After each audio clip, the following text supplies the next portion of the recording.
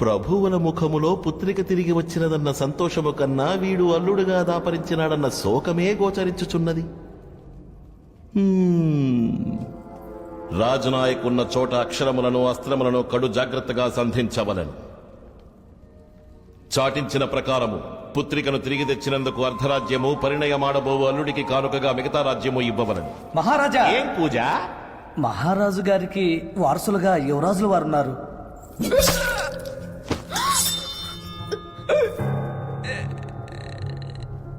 ఉన్నారు కాదు, ఉండేవారు.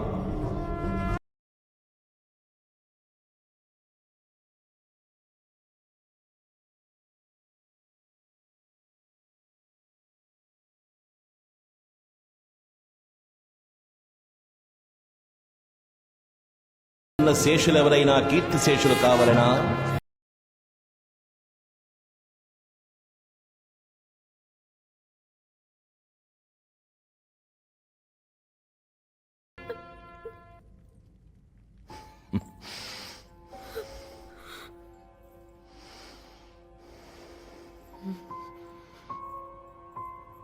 ఎవరక్కడ? తీనుగుల నేరి పారేసి పరిణయానికి పట్టాభిషేకానికి సిద్ధం చెయ్యండి. ముస్తాబై వస్తాడు కొత్త పెళ్లి కొడుకు.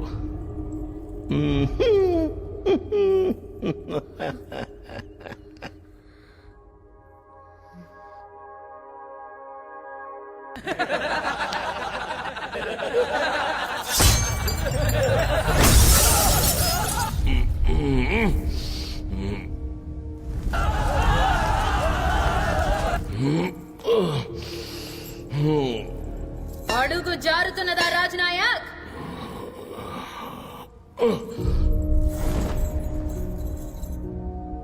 ఇది నీవు నాకు నేర్పిన విద్యగా?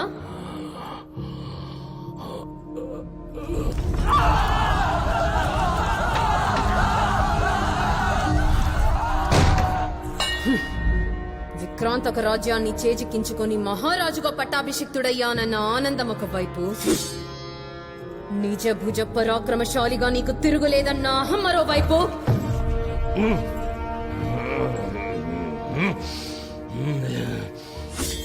నా జనకుని సోదరుని సఖుని అడ్డు తొలగించుకున్నానన్న సంతృప్తి ఇంకోవైపు. ఎదురుగా అందాలు ముద్దారబోస్తూ కనువిందు చేస్తున్న అతిలోక సుందరిని దక్కించుకుని తీరాలన్న విరహతాపం అదోవైపు. ఇన్ని తలపుల మధ్య కొట్టుమిట్టాడుతూ సుగంధ సువాసనలు వెదజల్లే నా కురలలో కాలకోట విషము పులుముకున్నది. గమనించలేకపోయావు కదా?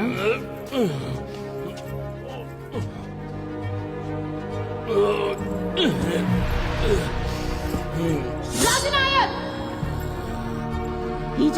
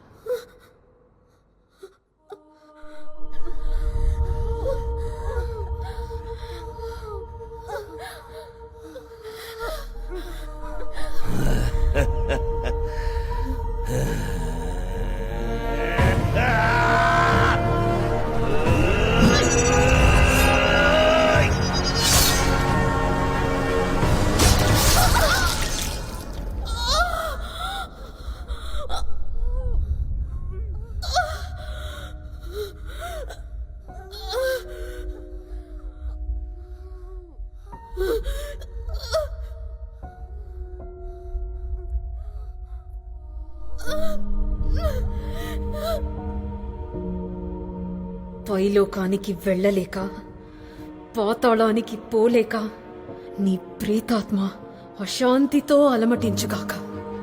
ఇది మా రాజవంశ కులదేవత ఆ మహాదేవి మీద ఆన.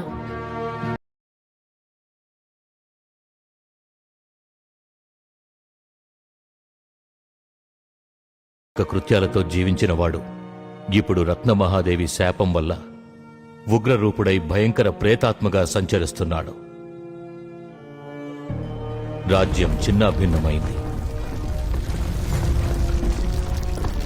రత్నమహాదేవి అంతఃపురంలో రాజనాయకు, అగ్నికి ఆహుతైన అతని అనుచర దళపతుల ప్రేతాత్మలు అర్ధరాత్రి రాజదర్బారు నిర్వహించేవారు. దానికి భయపడి అంతఃపురం చుట్టూ నివసించే ప్రజలు తండోపతండాలుగా రాజ్యం విడిచి వెళ్లారు. అంతఃపురం స్వాధీనం చేసుకోవాలనుకున్న కొందరు రాజబంధువులు మంత్రశాస్త్ర పారంగతులు, తాంత్రిక విద్యా నిపుణుల్ని పిలిపించి పూజలు జరిపించారు.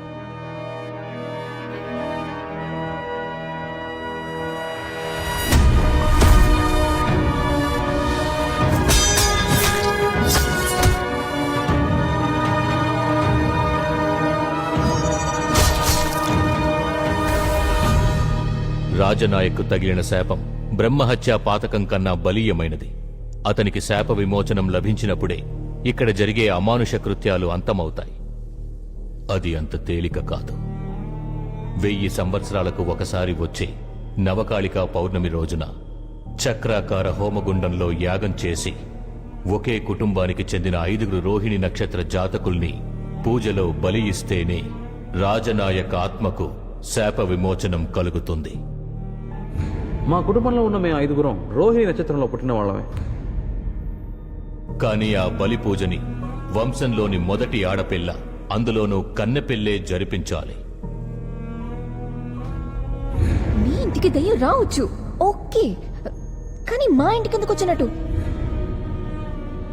ఇన్ని చేసి పూజ జరిగిన ఒక విచిత్రమైన సమస్య ఉంది. ఈ బలి పూజ ద్వారా శాప విమోచనం కలిగి విడుదలయ్యే రాజనాయక ఆత్మ తనలోని ఉగ్రశక్తిని ఎలా ప్రయోగించబోతోందో అతని ఆత్మ తప్ప వేరెవరూ గణింపలేరు. వేరే మార్గమే లేదా? రాజధానిని వేరే చోటుకు మార్చి రాజ్యాన్ని ఏలుకోండి. ప్రేతాత్మగా సంచరిస్తున్న రాజనాయక్ ఘోర తపస్సు చేసి క్షుద్రశక్తుల్ని సంపాదించి నవకాళికా బలిపూజ కోసం ఎదురు చూడసాగాడు. కాబోవు కార్యము 4 కోటల మధ్య 3 దినములలో రాబోవు నవకాళికా పౌర్ణమి నాడు జరగవలెను.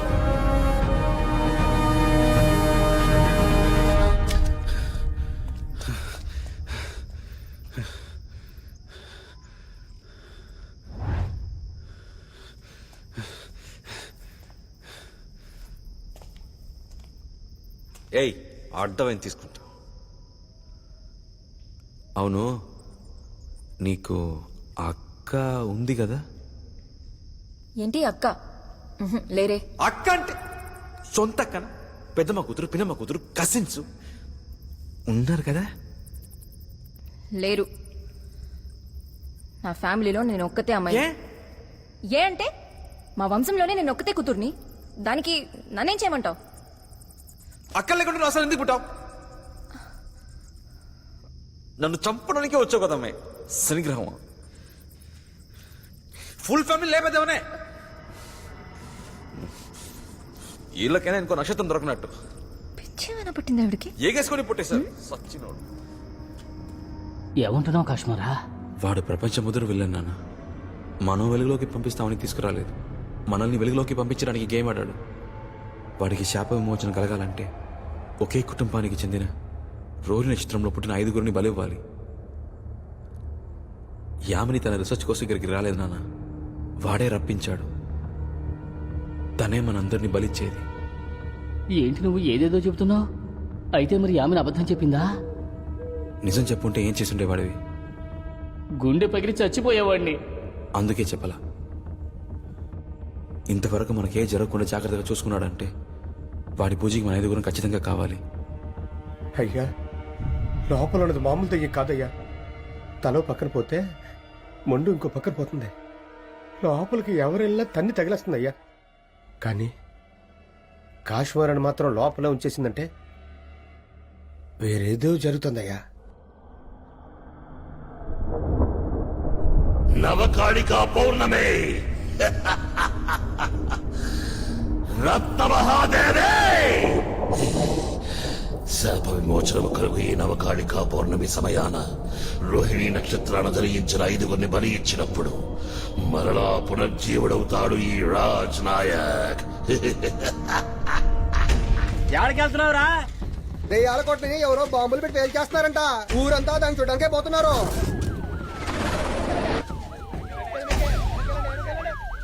ఓకే, ఇక్కడ మనం ఇప్పుడు చూస్తున్నది బాగా పాడుబడిన ప్రాచీన కోట. ఇది కేవలం కోట అని చెప్పడం కన్నా ముత్యాల చెరువు దెయ్యాల కోటగా బాగా పాపులర్ అయిన ప్యాలెస్. ప్రజల మంచు కోరి దీన్ని బాంబు పెట్టి కొల్చబోతున్నారు. చివరిసారిగా ఆలోచించుకోండి. పోనీ దెయ్యాలు వదిలించే వాళ్లతో వద్దు బాబు, అన్ని చేశాను.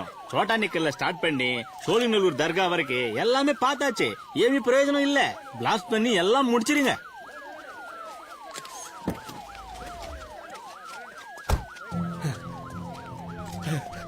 Welcome sir. ఏంటి ఎగత్తాళ? 500 కోట్లు, పార్టీకి సంబంధించిన ముఖ్యమైన డాక్యుమెంట్స్ మొత్తం కాజేసి ఫ్యామిలీతో సహా లోపల తిష్టేశారు. ఆర్డర్ చేస్తే నాకు మిగిలేది బూడిదే. సార్, పబ్లిక్ చూస్తున్నారు. ప్రెస్, మీడియా వాళ్ళందరూ ఇక్కడే ఉన్నారు. ఈ టైంలో ప్రాబ్లం చేయొచ్చు సార్. లోపల ఉన్న దెయ్యం 1000 బాంబులతో సమానం. నా కళ్ళారా చూసిందే చెప్తున్నాను. ఈ బాంబులు వాళ్ళు ఏమి చేయలేవు.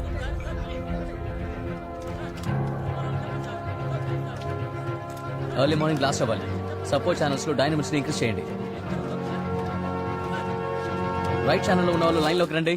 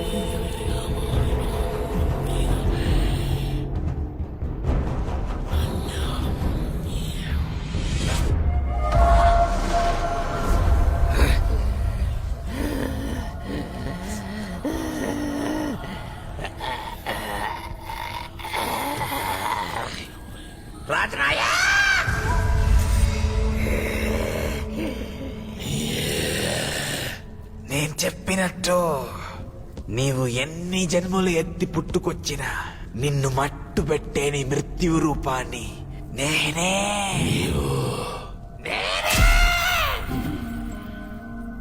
నన్ను ప్రేమించిన ఒకే కారణము చేత ఆ అర్జునుడి అంతాన్ని వీక్షించిన సాక్షిని నేను. నిన్ను నమ్మిన నా తండ్రి మరణానికి కారణమైన దానను అన్నం పుణ్యం ఎరుగని నా సోదరుని ప్రాణాన్ని హతమార్చిన క్షణమే శవమై నిలిచేదాను.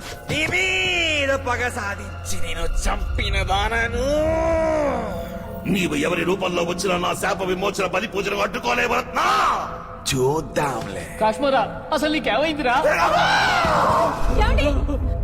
నేను వచ్చిన పని పూర్తయ్యే వరకు ఈ దేహం నాకు కావాలి.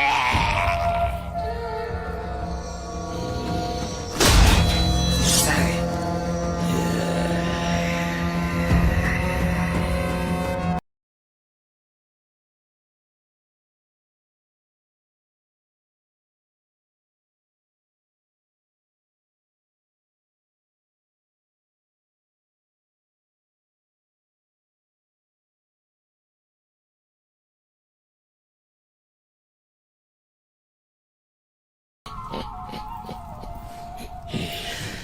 రత్నా చిటిక వేసిన అది ఎడమ చేతితోనే, నీవు ఖడ్గాన్నే తిప్పినావు కుడి చేతితో. ఏందే రత్నమాదేవి లెఫ్ట్ హ్యాండా?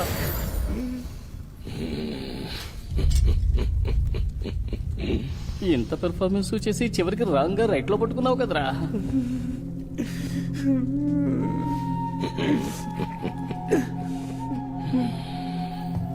కొన్ని క్షణాలు నీ యుక్తితో నన్నే మతి భ్రమింపజేశావు నా ప్రియమైన కాశూ. Sorry boss